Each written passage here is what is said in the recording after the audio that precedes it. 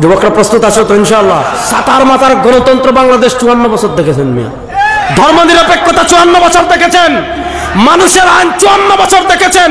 54 বছর বাংলাদেশ মানুষের আইন ব্যর্থ হয়েছে, গণতন্ত্র ব্যর্থ হয়েছে, ধর্মনিরপেক্ষতা ব্যর্থ হয়েছে, সমাজতন্ত্র ব্যর্থ হয়েছে, বাঙালি জাতীয়তাবাদ ব্যর্থ হয়েছে। প্রস্তুতি নেন, এবার আর মানুষের তন্ত্রমন্ত্র দেখবো না, আল্লাহর কোরআনের বাংলাদেশ দেখার জন্য প্রস্তুত আছেন না নাই? প্রস্তুত আছেন না না? ইনশাআল্লাহ। যুবক একটু জোরে বলেন না ইনশাআল্লাহ। এই জন্য আমাদের জাতীয় স্লোগান জয় বাংলা না, লা ইলাহা ইল্লাল্লাহ। বলেন আমাদের জাতীয় স্লোগান কি হবে? লা ইলাহা ইল্লাল্লাহ। শেষ। এটাই হলো খ্রিস্টান আর ইহুদিদের ভিতর পার্থক্য। হেরা কয় খোদা তিনজন, কি আজীব তামাশা রে ভাই। হেরা কয় খোদা তিনজন, এরা কয় দুইজন, এরা কয় হিসাব নাই। আর আমরা বলি কুল হুয়াল্লাহু আহাদ। বলেন না কুল হুয়াল্লাহু আহাদ। সবাই সাদা আঙ্গুল তুলে বলেন আমাদের আল্লাহ এক। বলেন আমাদের আল্লাহ এক। জোরে বলেন আমাদের আল্লাহ এক। ভাই আমি সিলেটি মানুষ, আমার লগে তো রাগ করি লাভ নাই, গুছাবাড়ি ফারবানি গরুর মানুষ। বলেন আমাদের আল্লাহ এক। জোরে বলেন আমাদের আল্লাহ এক। আমরা দুই খুদা মানি না, তিন খুদা মানি না, চার খুদা মানি না। দুনিয়ার কেউ আমাদের প্রভু হতে পারে না, আমেরিকা আমাদের প্রভু হতে পারে না, রাশিয়া আমাদের প্রভু হতে পারে না, ভারত আমাদের প্রভু হতে পারে না, ইসরায়েল আমাদের প্রভু হতে পারে না। লা ইলাহা ইল্লাল্লাহ। বিশ্বাস, এই যে আমি বিশ্বাস করলাম আমাদের রব একমাত্র, বলেন আমাদের রব একমাত্র, আমাদের রব একমাত্র আল্লাহ। দুনিয়াতে দেখেন, আপনি যদি মসজিদে চাকরি করেন তাহলে আপনি মসজিদের কমিটির কথা শুনতে হয়, মনোযোগ। আপনি যদি মাদ্রাসায় পড়ান, মাদ্রাসার মুহতামিম সাহেবের কথা আপনাকে শুনতে হয়। আপনি যদি চাকরি করেন তাহলে অফিসের বসের কথা আপনাকে শুনতে হয়। এবার বুঝেন কাকে বলে, মনোযোগ। প্রশ্ন হলো রব কাকে বলে? রব বলা হয় যিনি সৃষ্টি করেন, রব বলা হয় যিনি রিজিক দেন, রব বলা হয় যিনি মৃত্যু দেন, রব বলা হয় যিনি মৃত্যুর পর আবার পুনরায় সৃষ্টি করেন। দেখেন, যিনি সৃষ্টি করতে পারেন, যিনি মৃত্যু দিতে পারেন, যিনি রিজিক দিতে পারেন, যিনি মৃত্যুর পর আবার পুনরায় জীবন দান করতে পারেন, তার নাম রব। আমাদের বিশ্বাস, আমাকে সৃষ্টি করেছেন আল্লাহ, আমাকে রিজিক দেন আল্লাহ, আমাকে মৃত্যু দিবেন আল্লাহ, আমাকে মৃত্যুর পর আবার পুনরায় সৃষ্টি করবেন আল্লাহ। দেখেন আল্লাহ তাআলা কোরআনুল কারীমের জায়গায় জায়গায়, আল্লাহ তাআলা কোরআনুল কারীমের জায়গায় জায়গায় নিজে তার পরিচয় বর্ণনা করেছেন। আল্লাহ তাআলা কোরআনুল কারীমের জায়গায় জায়গায় নিজে তার পরিচয় বর্ণনা করতে গিয়ে বলেছেন আল্লাহুল্লাযী খালাকাকুম। আরে আল্লাহর পরিচয় জানো, আল্লাহর এক নাম্বার পরিচয় তিনি তোমাদেরকে সৃষ্টি করেছেন। সুম্মা রাযাকাকুম, আল্লাহর দুই নাম্বার পরিচয় তিনি তোমাদেরকে রিজিক দিয়েছেন। সুম্মা ইউমীতুকুম, আল্লাহর তিন নাম্বার পরিচয় তিনি তোমাদেরকে মৃত্যু দিবেন। সুম্মা ইউহয়ীকুম, আল্লাহর চার নাম্বার পরিচয় তিনি তোমাদেরকে মৃত্যুর পর আবার জীবন দান করবেন। এরপর আল্লাহ বলেন হাল মিন শুরাকাইকুম মান ইয়াফআলু যালিকা মিনকুম, হাল মিন শুরাকাইকুম মান ইয়াফআলু যালিকা মিনকুম। তোমরা যারা মূর্তিকে রব মানো, তোমরা যারা চন্দ্রকে রব মানো, তোমরা যারা সূর্যকে রব মানো, তোমরা যারা পাথরকে রব মানো, তোমরা যারা আগুনকে রব মানো, তোমরা যারা নেতাকে রব মানো, তোমরা যারা নেত্রীকে রব মানো, হাল মিন শুরাকাইকুম মান ইয়াফআলু যালিকা মিনকুম। তারা কেউ সৃষ্টি করতে পারবে না, তারা কেউ রিজিক দিতে পারবে না, তারা কেউ মৃত্যু দিতে পারবে না, তারা কেউ মৃত্যুর পর আবার সৃষ্টি করতে পারবে না। যেহেতু সৃষ্টি করেন আল্লাহ, যেহেতু রিজিক দেন আল্লাহ, যেহেতু মৃত্যু দিবেন আল্লাহ, যেহেতু মৃত্যুর পর পুনরায় সৃষ্টি করবেন আল্লাহ, এজন্য আমরা বলি লা ইলাহা ইল্লাল্লাহ। আমাদের রব একমাত্র, বলেন আমাদের রব একমাত্র, আমাদের রব একমাত্র। এবার পরের প্রশ্ন বুঝেন, আপনি আল্লাহকে রব মানলেন, তাহলে এবার প্রশ্ন হলো আপনি আল্লাহকে রব মানার পর আল্লাহর আনুগত্য করা লাগবে। এখন আপনি আল্লাহর আনুগত্য কেমনে করবেন? পয়েন্ট, আপনি আল্লাহকে রব মানলেন, আপনি আল্লাহকে রব স্বীকার করলেন, আপনি বললেন লা ইলাহা ইল্লাল্লাহ, আপনি বললেন আলহামদুলিল্লাহ রাব্বিল আলামিন। এবার প্রশ্ন হলো আপনি আল্লাহর আনুগত্য কেমনে করবেন? আপনি আল্লাহর বিধান কেমনে মানবেন? দুনিয়াতে তো আপনি আল্লাহকে দেখেন নাই, দুনিয়ার চর্মচক্ষু দিয়ে আল্লাহকে দেখা সম্ভব? বলেন না, দুনিয়ার চর্মচক্ষু দিয়ে আল্লাহকে দেখা সম্ভব? হ্যাঁ, আমরা আল্লাহকে দেখবো ইনশাআল্লাহ। বলেন না ইনশাআল্লাহ। ইন্নাকুম সাতারাউনা রাব্বাকুম কামা তারাউনাল কামারা ফি লাইলাতিল বদর। পূর্ণিমার চাঁদের রাতে, পূর্ণিমার চাঁদের রাতে সারা বাংলাদেশের মানুষ যদি বের হয়ে যায়, আসমানে পূর্ণিমার চাঁদ, সারা দুনিয়ার মানুষ যদি বের হয়ে যায়, কেন বের হয়ে যায়? যে সারা দুনিয়ার মানুষ একসাথে পূর্ণিমার চাঁদ দেখবে। আচ্ছা বলেন, সারা দুনিয়ার মানুষ একসাথে বের হয়ে আসমানে পূর্ণিমার চাঁদ যদি থাকে, দেখতে কোনো সমস্যা হবে না? ঠেলাঠেলি করা লাগবে না, ধাক্কাধাক্কি করা লাগবে না। সব কিছু, সারা দুনিয়ার সব মানুষ একসাথে বের হয়ে পূর্ণিমার চাঁদ যেমন দেখতে পারে, জান্নাতীরা জান্নাতে যাওয়ার পর, জাহান্নামীরা জাহান্নামে যাওয়ার পর বিচারের দরজা ক্লোজ, বিচার হয়ে গিয়েছে, ফয়সালা হয়ে গিয়েছে। যারা জান্নাতে যাওয়ার তারা জান্নাতে চলে গিয়েছে, যারা জাহান্নামে যাওয়ার তারা জাহান্নামে চলে গিয়েছে। আল্লাহ তাআলা জান্নাতীদেরকে সবচেয়ে বড় নিয়ামত দেবেন কোনটা? আল্লাহ বলেন, রাসূল সাল্লাল্লাহু আলাইহি ওয়াসাল্লাম বলেন, পূর্ণিমার চাঁদের রাতে যেমন সবাই একসাথে চাঁদ দেখতে পারে, জান্নাতে যাওয়ার পর জান্নাতীরা সবাই একসাথে আল্লাহকে দেখবে। আল্লাহ তাআলা আমাদের সবাইকে, আজকে যেখানে এভাবে বসছি, আল্লাহ তাআলা জান্নাতে যেন আমাদের সবাইকে একসাথে আল্লাহ তাআলাকে দেখার তৌফিক দান করেন। এটাতে কি টাইম করলেন? জোরে বলেন না আমিন। তাহলে দুনিয়াতে আপনারা আল্লাহর আনুগত্য কেমনে করবেন? আল্লাহকে দেখেন নাই। দুনিয়াতে আপনি আল্লাহর আনুগত্য কেমনে করবেন? আল্লাহর কথা শুনেন নাই। দুনিয়াতে আপনি আল্লাহর আনুগত্য কেমনে করবেন? আল্লাহ আপনার কাছে জিবরিল পাঠান নাই। দুনিয়াতে আপনি আল্লাহ আনুগত্য কেমনে করবেন? আল্লাহ আপনার কাছে ওহী পাঠান নাই। ওহী আসার কোনো সম্ভাবনা নাই। যদি কেউ গোলাম আহমদ কাদিয়ানির মতো বলে আমার কাছে ওহী আসে, অথবা বাংলাদেশে বন্ড মাজার পূজারীর মাধ্যমে যদি বলে আমার কাছে মাআরিফত আছে, তাহলে বুঝবেন এটার চেয়ে বড় খান্নাস, এটার চেয়ে বড় শয়তান, এটার চেয়ে বড় বাটপার আল্লাহর জমিন আর কেউ নাই। কারণ দুনিয়ার কারো কাছে ওহী আসার কোনো সম্ভাবনা নাই। এবার প্রশ্ন হলো, তাহলে আপনি আল্লাহর আনুগত্য কেমনে করবেন? আল্লাহ পথ খুলে দিচ্ছেন কেমনে? মাইয়ুতির রাসূলা ফাকাদ আতা আল্লাহ। আপনি পোশাকের ক্ষেত্রে আল্লাহর আনুগত্য করতে চাচ্ছেন, আল্লাহ তো দৈহিক অঙ্গ প্রত্যঙ্গ থেকে পবিত্র, আল্লাহ পোশাক পরেন না, আল্লাহ শরীর থেকে মুক্ত। তাহলে আপনার আল্লাহ আনুগত্য কেমনে করবেন? আপনি খাবারের ক্ষেত্রে আল্লাহ আনুগত্য কেমনে করবেন? আল্লাহ তো খাবার খান না। আপনি ব্যবসার ক্ষেত্রে আল্লাহ আনুগত্য কেমনে করবেন? আল্লাহ তো ব্যবসা করেন না। আপনি বিয়ে শাদীর ক্ষেত্রে আল্লাহ আনুগত্য কেমনে করবেন? আল্লাহ বিয়ে শাদী করেন না। আপনি সম্পদ বন্টনের ক্ষেত্রে আল্লাহ আনুগত্য কেমনে করবেন? আল্লাহ তো সম্পদ বন্টন করেন না। আপনি আত্মীয় স্বজনের সাথে কেমনে আচরণ করবেন? আল্লাহ তো আমাদের মতো আত্মীয় স্বজন নাই। আপনি ধরেন রাজনীতি করতেছেন, রাজনীতি করার ক্ষেত্রে আপনার আল্লাহ আনুগত্য করবে কেমন? আল্লাহর এখানে তো বিএনপি, জামাত, আওয়ামী লীগ, জাতীয় পার্টি, ইসলামী আন্দোলন নাই।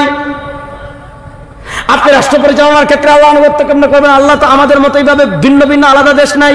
আল্লাহ সারা জাহানের মালিক, তারা আলোচনার সিস্টেমই আলাদা, তার রাষ্ট্র পরিচালনার সিস্টেমই আলাদা। আপনি সংসদ কিভাবে চালাবেন? আপনি অর্থনীতি কিভাবে চালাবেন? আপনি বিচার কিভাবে করবেন?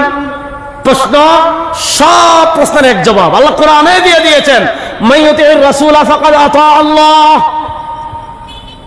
আপনি খাবারের ক্ষেত্রে আল্লাহ আনুগত্য করতে চাচ্ছেন, দেখেন আপনার খাবারের পদ্ধতি মুস্তাফার খাবারের সাথে মিলে কিনা। আপনি পোশাকের ক্ষেত্রে আল্লাহ আনুগত্য করবেন, দেখেন আপনার পোশাক মুস্তাফার পোশাকের সাথে মিলে কিনা। আপনি ব্যবসার ক্ষেত্রে আল্লাহর আনুগত্য করতে চাচ্ছেন, দেখেন আপনার ব্যবসা মুস্তাফার ব্যবসার সাথে মিলে কিনা। আপনি বিয়ে শাদীর ক্ষেত্রে আল্লাহ আনুগত্য করতে চাচ্ছেন, দেখেন আপনার বিয়ে শাদী মুস্তাফার বিয়ে শাদীর সাথে মিলে কিনা। আপনি রাজনীতির ক্ষেত্রে আল্লাহ আনুগত্য করতে চাচ্ছেন, দেখেন আপনার রাজনীতি মুস্তাফার রাজনীতির সাথে মিলে কিনা। আপনি রাষ্ট্র পরিচালনার ক্ষেত্রে আল্লাহ আনুগত্য করতে চাচ্ছেন, দেখেন আপনার রাষ্ট্র পরিচালনা রাসূল সাল্লাল্লাহু আলাইহি ওয়াসাল্লামের রাষ্ট্র পরিচালনার সাথে মিলে কিনা। যদি মিলে ওকে, এখন দেখা গেল আপনার রাষ্ট্র পরিচালনা রাসূলের রাষ্ট্র পরিচালনার সাথে মিলে না, আপনার রাজনীতি রাসূলের রাজনীতির সাথে মিলে না, আপনার বিচার রাসূলের বিচারের সাথে মিলে না, আপনার সমাজ ব্যবস্থা রাসূলের সমাজের সাথে মিলে না, আপনার ব্যবসা বাণিজ্য রাসূলের ব্যবসা বাণিজ্যের সাথে মিলে না, আপনার বিয়ে শাদী রাসূলের বিয়ে শাদীর সাথে মিলে না। আমরা আপনি যত বড় আশিক রাসূল দাবি করি না কেন, আসলে আমরা সবাই ভণ্ড। তাহলে জীবনের সব ক্ষেত্রে আনুগত্য করতে হবে কার? রাসূলের। এক নম্বরে বলেন আল্লাহ, আমার সাথে বলেন, জীবনের সব ক্ষেত্রে আল্লাহর আনুগত্য, জীবনের সব ক্ষেত্রে আনুগত্য করতে হবে কার? আল্লাহ। হেরান হয়ে গেছেন নি? জোরে বলেন তাহলে, জীবনের সব ক্ষেত্রে আনুগত্য করতে হবে কার? আল্লাহ। আরো জোরে বলেন, জীবনের সব ক্ষেত্রে আনুগত্য করতে হবে কার? আল্লাহ। আল্লাহর আনুগত্য করতে পথ কি? রাসূলের। দেখো রাসূল সাল্লাল্লাহু আলাইহি ওয়াসাল্লাম যা বলেছেন, মা আতাকুমুর রাসূল, রাসূল যা বলেছেন ফাখুযু, তা আঁকড়ে ধরবেন। ওয়া মা নাহাকুম আনহু ফান্তাহু, রাসূল সাল্লাল্লাহু আলাইহি ওয়াসাল্লাম যা থেকে নিষেধ করবেন তা থেকে বেঁচে থাকবেন। যদি রাসূলের নির্দেশনা আপনার জীবনে পাওয়া যায়, আপনি আল্লাহর আনুগত্য করেছেন। যদি রাসূলের নিষেধ আপনার জীবনে পাওয়া যায় না, আপনি আল্লাহর আনুগত্য করেছেন। রাসূল বলেন এটা করিস না, আপনি করেন। রাসূল বলেন এটা কর, আপনি করেন নাই। আপনি যত কিছু বলেন না কেন, আপনি কিন্তু প্রকৃত মুসলমান হতে পারবেন না। আজকে সারা দুনিয়ায় মুসলমানদের মৌলিক সমস্যা কোথায়? যুবকরা এই পয়েন্টটা ভালো করে শুনবেন। আজকে সারা দুনিয়ায় মুসলমানদের উপরে এই যে বিপদের ঘনাঘটা, আজকে সারা দুনিয়ায় মুসলমানদের সমস্যার জায়গা কোথায়? এখানেই। আমি বলেন, আপনি বলেন, হুজুর বলেন, শায়েখ বলেন, পীর বলেন, মুর্শিদ বলেন, রাজনীতিবিদ বলেন, প্রধানমন্ত্রী বলেন, রাষ্ট্রপতি বলেন, সেনাপতি বলেন, আমাদের কারো জীবনে রাসূল সাল্লাল্লাহু আলাইহি ওয়াসাল্লামের পূর্ণাঙ্গ আনুগত্য নাই। বলেন, আমাদের কারো জীবনে রাসূল সাল্লাল্লাহু আলাইহি ওয়াসাল্লামের পূর্ণাঙ্গ আনুগত্য নাই। আজকে সারা পৃথিবীর মুসলমান রাষ্ট্রের দিকে তাকান, আজকে সারা পৃথিবীর মানুষের মানচিত্রের দিকে তাকান। আমার নবী ঘর থেকে নিয়ে রাষ্ট্র চালিয়েছেন, আমার নবী ঘর থেকে নিয়ে বিচার করেছেন, আমার নবী ঘর থেকে নিয়ে সংবিধান লিখেছেন, আমার নবী ঘর থেকে নিয়ে যুদ্ধ করেছেন। আজকে মুসলমান দুনিয়াতে লক্ষ কোটি আছে, কিন্তু মুসলমানের রাষ্ট্রগুলোতে আমার নবীর আদর্শ নাই। মুসলমানের রাষ্ট্রগুলোতে আমার নবীর আদর্শ নাই। আজকে রাসূল সাল্লাল্লাহু আলাইহি ওয়াসাল্লামের আনুগত্য আমরা কোথায় করি? খাবারের ক্ষেত্রে আমরা ভাত খাই কোনার দিয়ে। আপনার হেরান হয়ে গেছেন, বুঝছি। আমরা ভাত খাই কোনার দিয়ে, ডাইনার দিয়ে। আপনি জিজ্ঞাসা করবেন, ভাই হাত তো দুটোই সমান, এটা তো 5 আঙ্গুল, এটা তো 5 আঙ্গুল, এটাতে যে কয়টা দাগ, এটাতে সে কয়েকটা দাগ, তাহলে আপনি ভাত ডান হাত দিয়ে খান কেন? বলবে ডান হাত দিয়ে ভাত খাওয়া সুন্নত। দেখবেন ইস্তেঞ্জা করে বাম হাত দিয়ে। আমাদের দেশে দেখবেন মানুষ বিড়িটাও খায় ডান হাত দিয়ে। দেখবেন ইস্তিনজা করে বাম হাত দিয়ে। জিজ্ঞেস করবো, ইস্তিনজা বাম হাত দিয়ে করলেন কেন? যে ডান হাত বরকতি হাত, রাসূল সাল্লাল্লাহু আলাইহি ওয়াসাল্লাম বলেছেন এই হাত দিয়ে করা যাবে না। খাবারের ক্ষেত্রে রাসূলের সুন্নাহ অনুসরণ করতেছে। বের বাড়ি গেছে দাওয়াত খাইতে, খাইতে খাইতে খাইতে খাইতে এই পর্যন্ত চলে আসছে, আর হজম হইতেছে না। বলে কি, বিআই সাহেব মিষ্টি দেন। কেন? খাবারের পর মিষ্টি খাওয়া সুন্নত। ঠিক আছে, আজকে আমরা খাবারের ক্ষেত্রে রাসূল ইসলামকে ফলো করি। রাসূল বলেছেন টাকনুর নিচে পোশাক পরা হারাম। দেখা যায় যেই ছেলে 7 দিন টাকনুর নিচে প্যান্ট পরে বাজারে ঘুরে, সেও যখন মসজিদে যায় দেখবেন প্যান্ট এইভাবে তুলে ফেলে। তাকে জিজ্ঞাসা করবেন, তুমি প্যান্ট এইভাবে তুললা কেন? সে বলবে, মসজিদে যাচ্ছি, মসজিদে যাচ্ছি, মসজিদ ইবাদতের জায়গা, মসজিদে গিয়ে আমি টাকনুর নিচে প্যান্ট পরলে আমার গুনাহ বেশি হবে, দরকার নাই। তাহলে আমরা পোশাকের ক্ষেত্রে রাসূল সাল্লাল্লাহু আলাইহি ওয়াসাল্লামের আনুগত্য করি, খাবারের ক্ষেত্রে রাসূল সাল্লাল্লাহু আলাইহি ওয়াসাল্লামের আনুগত্য করি, বাথরুমে রাসূল সাল্লাল্লাহু আলাইহি ওয়াসাল্লামের আনুগত্য করি, ওযুতে রাসূল সাল্লাল্লাহু আলাইহি ওয়াসাল্লামের আনুগত্য করি, গোসলে রাসূল সাল্লাল্লাহু আলাইহি ওয়াসাল্লামের আনুগত্য করি, তায়াম্মুমে রাসূল সাল্লাল্লাহু আলাইহি ওয়াসাল্লামের আনুগত্য করি। অথচ আল্লাহ বলেছেন মাইয়ুতির রাসূলা না। খাবারের ক্ষেত্রে তুমি যেমন রাসূলকে মানতে হবে, ঘুমানোর ক্ষেত্রে যেমন রাসূলকে মানতে হবে, ওযু করার ক্ষেত্রে তুমি যেমন রাসূলকে মানতে হবে, সমাজ পরিচালনার ক্ষেত্রে যেমন রাসূলকে মানতে হবে, রাজনীতিতে রাসূলকে মানতে হবে, রাষ্ট্র পরিচালনায় রাসূলকে মানতে হবে, আব্রাহাম লিঙ্কনকে মানা যাবে না। কিন্তু আজকে সমস্যা কোথায়? আপনারা আমার কথা কষ্ট পাইয়েন না, এগুলো বলতে হবে। আজকে আমাদের সমস্যা কোথায়? আমাদের বাংলাদেশে একটা আছে মুসলিম পারিবারিক আইন, মানে আপনি বিয়ে করতে হবে ইসলাম অনুযায়ী, আপনি তালাক দিতে হবে ইসলাম অনুযায়ী, আপনি ওয়াকফ করতে হবে ইসলাম অনুযায়ী, বিবাহ ভঙ্গ করতে হবে ইসলাম অনুযায়ী। গুড, মুসলিম পারিবারিক আইন। যদিও কিছুদিন পরে পরে বাংলাদেশে দেখবেন নারীবাদী কিন্তু শাহবাগী বের হয়। আমি একদিন ঢাকায় একটা দুষ্টামি করে বক্তৃতায় বলেছিলাম, আমাদের দেশে ঢাকা শহরে লাওয়ারি যতটা কুকুর আছে, বাংলাদেশে ততজন শাহবাগী নাই। কিছুদিন পর পর এই অন্তর্বর্তীকালীন সরকার যখন আসলো, তখন দেখেছেন একটা নারী সংস্কার কমিশন গঠন করেছিল, ওই মুসলিম পারিবারিক আইন ধ্বংস করে ফেলবে। আমরা বলছি শুনেন, বাংলাদেশে কারবালা হবে, কারবালা হবে ইনশাআল্লাহ। আপনি মুসলিম পারিবারিক আইন ধ্বংস করবেন, যেভাবে ইচ্ছা বিয়ে করবেন, যেভাবে ইচ্ছা তালাক দিবেন, যা মন চায়, এটা তো সহজ নাকি? আমরা বাংলাদেশ যতদিন জীবিত থাকবো, আমাদের শরীরে রক্ত যতক্ষণ থাকবে, আমাদের ইমান প্রদীপ্ত যুবক যতটা বাংলাদেশ থাকবে, ইসলাম নিয়ে যারা তামাশা করবেন, একদল তামাশা করে ভারত পলাইছে, আগামীতে যারা ইসলাম নিয়ে তামাশা করবেন, আপনাদেরকে কিন্তু ভারত জায়গা দিবে না, বঙ্গোপসাগর ছাড়া যাওয়ার আর জায়গা নেই, কারণ ভারত তো আপনাদেরকে নিবে না। এখন হয় বঙ্গোপসাগরে যাবেন, অথবা বাংলাদেশে ইসলাম নিয়ে থাকবেন। ইসলামকে বাংলাদেশ কেউ মাইনাস করতে পারবে? আমাদের দেশে বিয়েটা হয় ইসলাম অনুযায়ী, আমাদের দেশে তালাকটা হয় ইসলাম অনুযায়ী, আমাদের দেশে নিকাহ রেজিস্ট্রি হয় ইসলাম অনুযায়ী, তাফসীরে তালাক হয় ইসলাম অনুযায়ী, ওয়াকফ হয় ইসলাম অনুযায়ী। কেন? মুসলিম পারিবারিক আইন। গুড। এবার আমি আপনাদের যুবক মনোযোগ দিয়ে প্রশ্নটা বুঝবেন, বিয়ে কেমনে করবেন, তালাক কেমনে দিবেন, ওয়াকফ কেমনে দিবেন, বিয়ে বিচ্ছেদ কেমনে করবেন, এইটাও যেমন ইসলামে আছে, আপনি ইসলাম অনুযায়ী করেন। রাষ্ট্র কেমনে চলবে অর্থনীতি কেমনে হবে, সমাজ কেমনে চলবে, বিচার কেমনে চলবে, শিক্ষা কেমনে হবে, হাইকোর্ট কেমনে চলবে, সুপ্রিম কোর্ট কেমন চলবে, সংবিধানে কি লিখবেন, সংসদ কেমনে চালাবেন, সমাজ কেমনে চালাবেন, রাষ্ট্র কেমনে চালাবেন, ইসলামে আছে না নাই? এই যুগে সমস্যা কোথায়?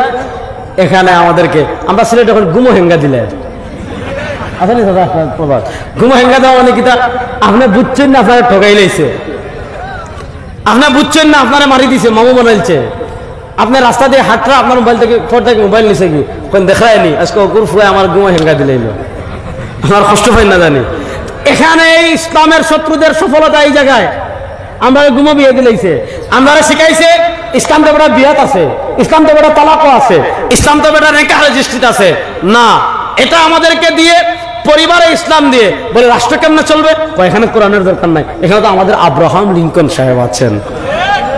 অর্থনীতি কেমনে চলবে বলে এখানে কোরআন লাগবে না, এখানে পুঁজিবাদ আছে, কমিউনিজম আছে। বিচার কেমনে হবে বলে এখানে ইসলাম লাগবে না, আমাদের ব্রিটিশ আছে। শিক্ষা কেমনে চলবে বলে এখানে ইসলাম লাগবে না, ব্রিটিশ